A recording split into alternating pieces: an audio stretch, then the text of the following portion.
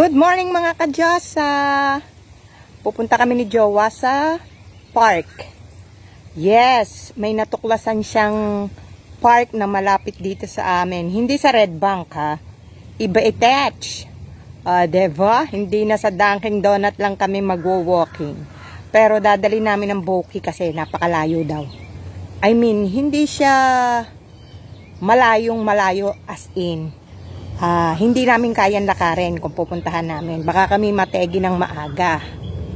Dadali namin yung Boki and then pagdating sa park, doon kami magwo-walking. Diba malinaw na? Naku po, ang aking kwento. Pero wag kayong mag-alala, kasama ko kayo. Yes, bago ako maggawa ng aking business, kailangan meron akong time para sa aking jowa. Para hindi naman kami mag-away. Pagka ako'y busy masyado, yan ay nagtatampo. Kaya pag nagyaya, kahit anong ginagawa ko, sinasamahan ko. Kaya yan ang tip ko sa inyo mga kadyosa. Pag ang inyong mga jowa ay nagyaya, Gora. Yes.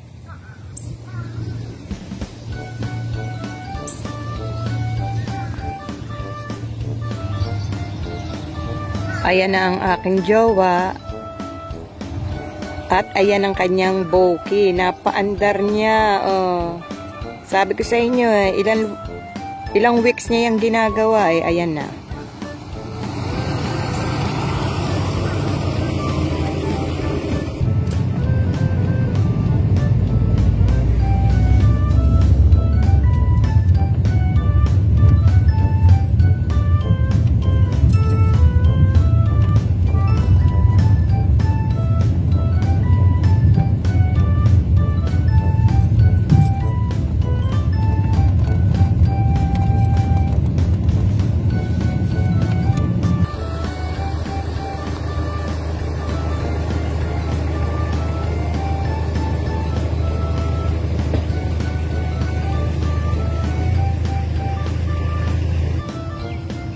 Nandito na kami ni Jowa sa park. May kalakihan din naman. Hindi naman pala kalayuan. Pero hindi nga kayang lakarin dahil sabi ko nga, matetegi kami ng maaga. Huwag na nating ipilit, diba? Pag matatanda na, ay huwag na mag-walking.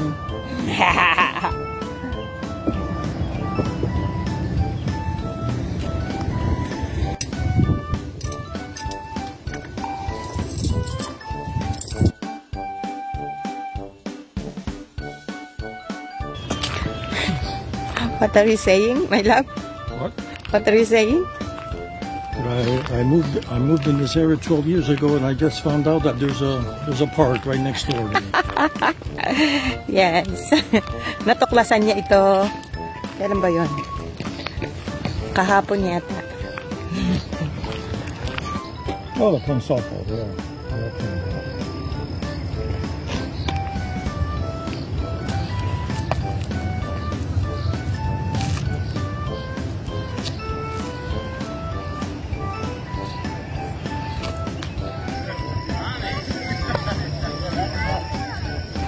Naikot namin ni Jowa ang buong park. Water break at kami uuwi na. Yes, dahil ang aking battery ng aking, hindi pala battery, memory ng aking cellphone ay puno na. Yes. Nakabalik na kami ng aking jowa. Ang kaso, nagpaiwan siya sa kotse at may gagawin pa raw siya. Ay nako, ang sarap ng feeling kahit napagod ako. Ay, ano na naman kaya ang aming lalapangin ngayong araw na i-fetch?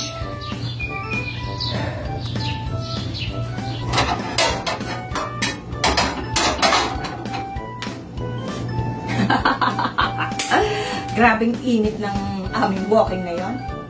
At dahil nainitan ako, napagod at nagutom, magluluto ako ng hilawing papaya. lalagyan ko siya ng chicken gizzard. Yes, masarap yun. Gagawin ko sanang dinigwa ang papaya, kaso hindi naman kumakain ng may dugo ang aking jowa.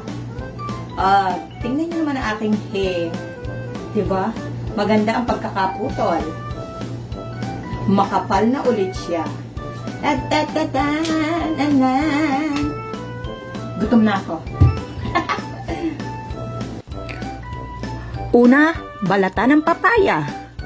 Pagkatapos balatan ng papaya, gamitin nyo na rin ang inyong pambalat para hindi na kayo maghiwa. Sa ganyang paraan, mas madaling lutuin. Ayan na, luto na ang aking kilawing papaya. Sibuga na. Nasa labas na naman kami ng aking jowa kasi balak namin mag-grocery bukas ng umaga. Kaso may heat wave daw bukas. Kaya sabi ko sa kanya, gawin na namin ngayong hapon. Kaya, nasa labas na naman. Waiting ko siya. Pinalalamig ang kotse dahil hindi ako sasakay pag mainit.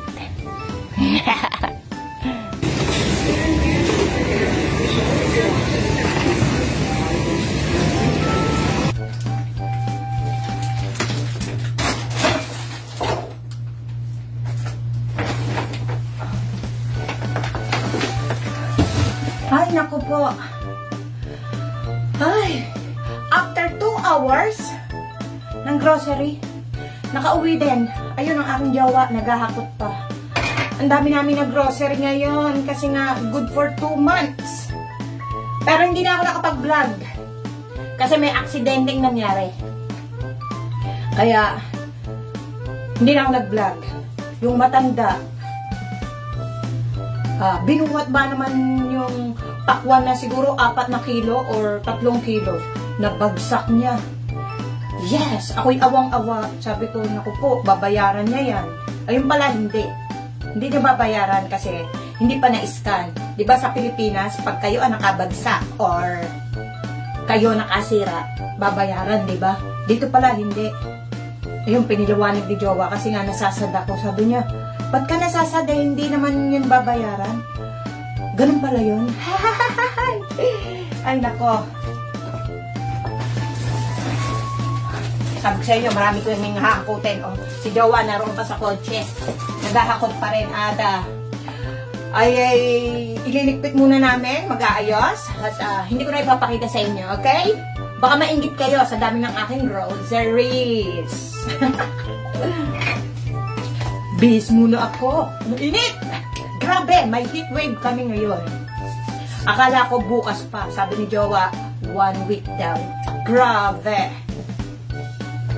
Lalabas ulit kami ng aking jowa. O, diba, kararating ko lang. Lalabas na naman. Matutulog na sana ako. Ang kaso, nung binuksan ko yung aking email, may nakita ako. May nag-order ng 5 pares ng aking earrings. Kasi naman, dapat nagme-message yung mga nag-order doon sa aking business page. Bakit sa email? Diba? Hindi maganda yun. Eh, sa gabi lang ako nagbubukas ng aking email. Buti na lang nakita ko. Dahil bukas, hindi ako lalabas. Yes. Kaya ngayon, susugod ako sa Michaels or Joann Fabrics. Siyempre, with Jowa, ayun eh. O, diba? Tapon na naman siya ng basura. Let's go to Michaels!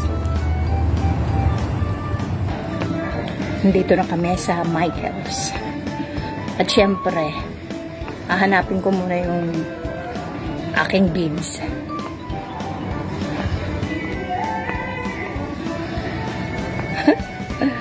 Dancing pa eh. Hey, what are you looking at? Oh, beads! Look at the selection of beads. Look at that. Ang dami niya ngayon. Check. So.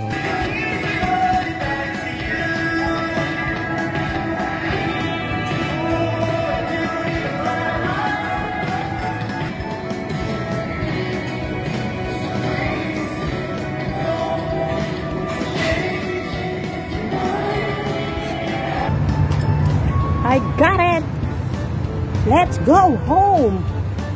Hi! Happy na naman. Nakauwi din kami. Ay, grabe. Tapos nasa second floor pa kami. Doble-doble pagod.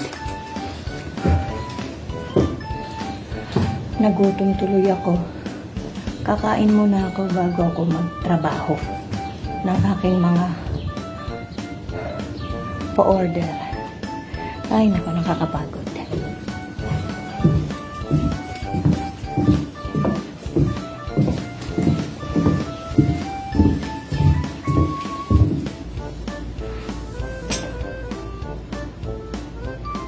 Ay, nako. Magpapahinga muna ang inyong magandang Diyosa. Katatapos lang lumafang. Pero, hindi ko pa nasisimulan yung aking pa-order.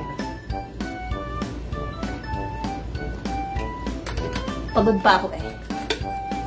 Ipapakita ko muna sa inyo ang aking nabili sa Michaels. Attach. Apat na kulay. Oh. Yes. And then, dumaan kami ulit sa Walmart. Kasi kaninang umaga nung mag-grocery kami sa Walmart dito sa amin, sa malapit dito, wala silang clearance. Pero doon sa katabi ng Michaels na Walmart, marami silang clearance. Imagine, nakabili ako ng blouse. $2. Tadan! Large ang... Ako'y medium na, pero large ang kinuha ko. Siyempre, para pag nag-gain ako ng weight, kasya pa rin siya. Dalawa. Kukuha sana ako ng blue, green, black. Ang kaso, small. Ayoko ng small. Tsaka medium. Sabi ko nga sa inyo, large ang gusto ko. Pero medium na ako. Kaya ang gusto ko, large. Diba? Explain pa more. Ay, nako. Mahaba na ang aking araw. Ako'y pagod na rin. Alas 7 na. Hindi pa ako matutulog. Itatry kong makatapos ng isang pares ng aking pa-order. Ay, nako. Thanks for watching!